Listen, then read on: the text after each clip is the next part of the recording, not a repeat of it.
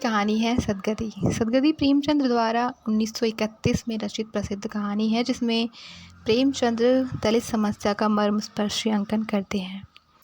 तो सदगति का जो मुख्य चरित्र है वो है दुखी चमार। कहानी की शुरुआत उसकी पत्नी झुरिया के साथ उसके संवाद के साथ होती है, जहाँ पर दोनों की बेटी की सगाई होने वाली है और वो चाहते हैं कि पंडित घासीराम इस अनुष्ठान के धार्मिक कृत्यों के लिए उनकी सहायता करे। इसीलिए दुखी जो है पंडित जी के पास निमंत्रण लेकर सुबह सुबह पहुंच जाता है। अब जब पंडित जी जो हैं दुखी को देखते हैं तो उन्हें बिल्कुल खुशी नहीं होती है। उसके बाद वो अपने सारे काम जो है एक एक करके दुखी से कराना शुरू कर देते हैं। पहले तो वो अपने आंगन में झाड़ू लगवाते हैं और झाड़ू लगाने के बाद वो कहते हैं कि गाय का जो गोबर है उसे साफ़ कर दे। गोबर साफ़ करने के बाद अब वो उसे कहते हैं कि जो एक बहुत बड़ा लकड़ी का कट्टा पड़ा है उसको जो है चीर दे, मतलब लकड़ियाँ चीर कर रख दे। तो दुखी जो है वो ना नहीं कह पाता है, क्योंकि वो चाहता है कि पंडित जी जो है उसके साथ चलें, और यदि वो उनका काम नहीं करेगा तो पंडित जी शायद उससे नाराज़ हो जाएं और एक सही साइड जो है ना बेचारे उसकी बेटी की सगाई के लिए। तो इस वजह से वो बिना कुछ कहे जो है अपना काम करता रहता है, जो भी उसको बोला जाता है। तो अब जब लकड़ियाँ चीरने के लिए इसको कहा जाता है तो दुखी जाता है लकड़ियाँ चीरने के लिए, लेकिन चूँकि कल रात को भी इसने नहीं खाया था और आज सुबह भी बिना नाश्ता किए ही ये यहाँ पर आ गया था, इसी वजह से दुखी की हालत जो है काफ़ी ज़्यादा ख़राब हो जाती है, क्योंकि उसके शरीर में जो है काफ़ी ज़्यादा कमज़ोरी महसूस होती है। तो ऐसे में दुखी सोचता है कि अगर वो चीलम पी लेगा तो शायद जो उसकी शरीर की कमज़ोरी है वो थोड़ी सी कम हो जाए। तो इसके लिए वो पास में जाता है एक व्यक्ति के पास और उससे जो है चीलम लेकर के आता है, लेकिन उसके घर पे चूँकि आग नहीं होती है तो चीलम जलाने के लिए दुखी जो है वो पंडित जी के घर से आग मांगने के लिए जाता है।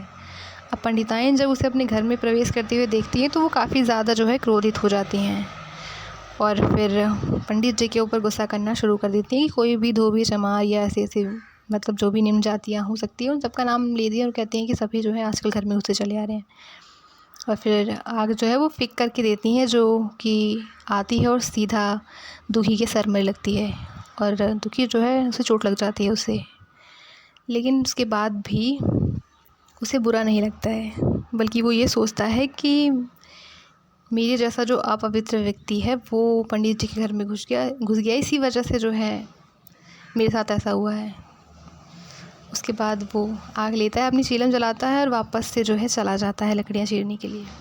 अब वो थोड़ा थक जाता है तो फिर थक करके बैठ जाता है थोड़ा सा आराम करने के लिए, लेकिन इतने में पंडित जी जो हैं वहाँ पर आ जाते हैं और चिल्लाना शुरू कर देते हैं। पंडित जी कहते हैं कि अगर इसी तरीके से बैठे रहोगे तो फिर शाम हो जाएगी, इसीलिए फटाफट से जो है अपना सारा काम निपटाओ और फिर मैं चलूँगा। उसके बाद पंडित जी जो है गुस्सा करने के बाद वहाँ चले जाते हैं और ये सुनते ही जो दुखी है वो उठकर बैठ जाता है। वो डर जाता है कि कहीं पंडित जी ने गलत साइड विचार दी इसके चक्कर में तो फिर मेरी बेटी की सगाई तो व्यर्थ ही हो जाएगी। तो इसी वजह से फटाफट से उठता है और काम करना शुरू कर देता है, लेकिन चूँकि उसका शरीर जो है उसका साथ दे नहीं रहा होता है, इस वजह से उसे काफ़ी ज़्यादा जो है सुस्ती महसूस हो रही होती है और काम भी नहीं हो पा रहा होता है। उसके पाँव जो है वो काँप रहे होते हैं, कमर उसकी सीधी नहीं हो रही होती है और उसके सर पर ऐसा लग रहा होता है जैसे तितलियाँ उड़ रही हैं। फिर भी वो लगातार जो है अपना काम कर ही जाता है और ऐसी पता नहीं कौन सी दिव्य शक्ति उसको लगता है कि आ गई है कि वो रुकता ही नहीं है, लगातार जो है एक के बाद एक कुल्हाड़ी से लकड़ी के ऊपर वार करता रहता है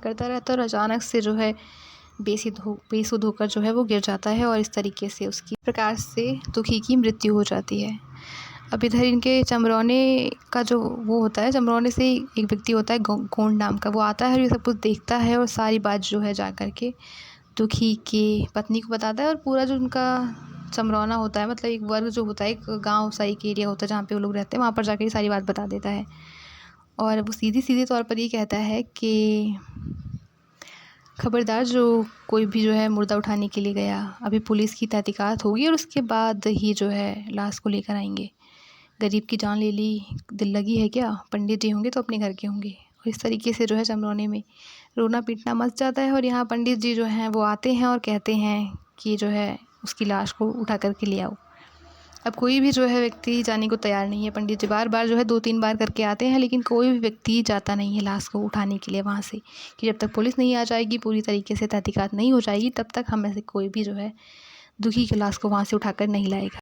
और इसी प्रकार से देखते देखते शाम हो जाती है, लेकिन कोई भी जो है दुखी की लाश को लेने के लिए नहीं आता है वहाँ पर।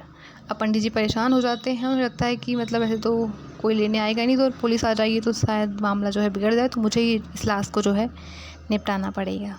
तो जब पंडिताएँ ये सब कुछ सुनती हैं तो उन्हें तो पहले तो अजीब लगता है, लेकिन उसके बाद वो शांत हो जाती हैं। और फिर जब जो चमरौनी की महिलाएं होती हैं, मतलब जो दुखी की पत्नी होती है और बाकी लोग होते हैं जो रो रहे होते हैं, उनकी आवाज़ सुन कर के उसको बिल्कुल भी अच्छा नहीं लगता पंडिताइन को, और वो झुंझला कर कहती है कि डायनों ने तो खोपड़ी चाट डाली है। तो पंडित जी जो हैं वो इतने ज़्यादा संवेदनहीन हैं, मतलब ये दोनों ही पंडित और पंडिताइन। तो पंडित जी कहते हैं कि रोने दो इन चुड़ैलों को, कब तक रोएंगी। उसके बाद थोड़ा जो है शांत हो जाता है माहौल, और काफ़ी ज़्यादा रात हो चुकी होती है, और पंडित जी जो है सुबह होने से पहले इस लाश को निपटा देना चाहते हैं। तो फिर वो एक रस्सी लेकर आते हैं, एक फंदा बनाते हैं और दुखी के पैर में डालकर उसको अटका देते हैं। और इस प्रकार से पंडित जी जो हैं वो दुखी की लाश को घसीटते हैं, और घसीटते हुए ले जा कर के गांव के बाहर छोड़ जाते हैं। और दुखी की लाश को गीदड़, गिद्ध, कुत्ते और कौवे नोच नोच कर खाते हैं। तो कहानी जो है वो इस व्यंग पर ख़त्म होती है कि यही जीवन पर्यंत की भक्ति, सेवा और निष्ठा का पुरस्कार था जो कि दुखी को मिला था।